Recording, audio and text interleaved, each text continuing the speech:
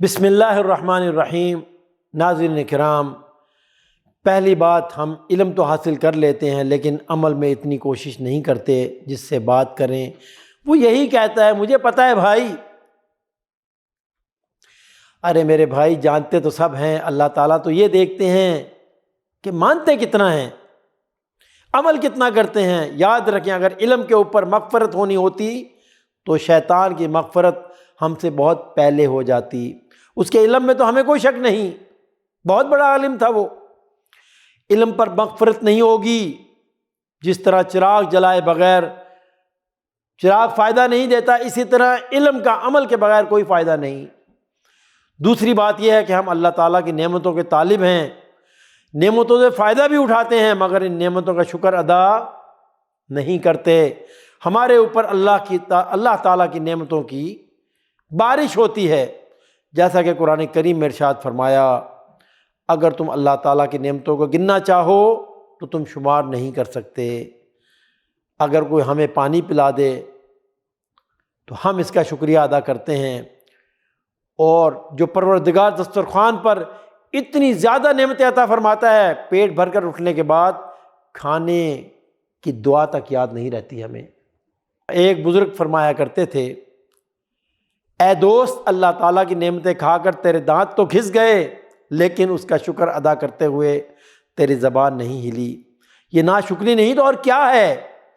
تیسری بات، ہم گناہ کر بیٹھتے ہیں مگر استغفار نہیں کرتے۔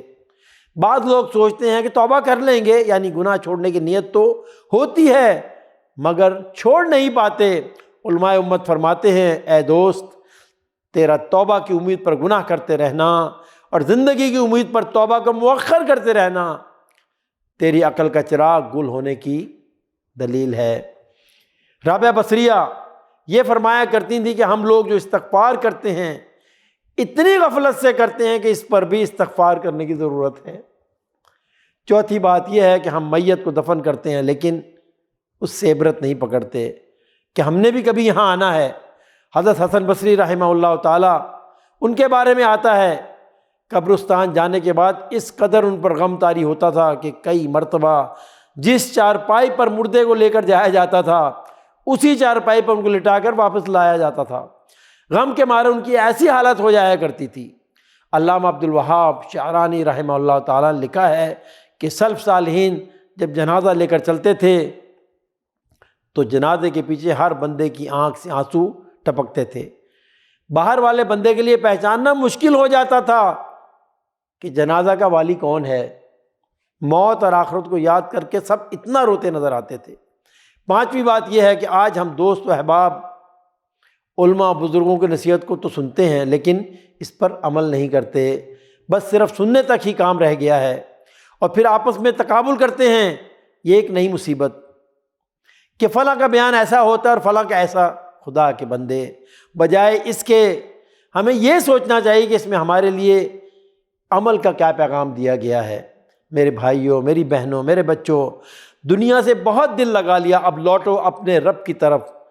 یقین کرو اللہ بڑا مہربان ہے، اس سے دل لگائیں گے تو اس کی مغفرت حاصل ہوگی، اس کی بخشش ملے گی، اس کی رضا حاصل ہوگی، اس کی جنت حاصل ہوگی۔ اللہ رب العالمین کی بارگاہ میں دعا ہے، اللہ تعالی ہمیں ان تمام خامیوں کو اپنے اندر سے دور کرنے کی توفیق عطا فرمائے۔ آمین یا رب العالمین۔ وصلی اللہ علی نبینا محمد۔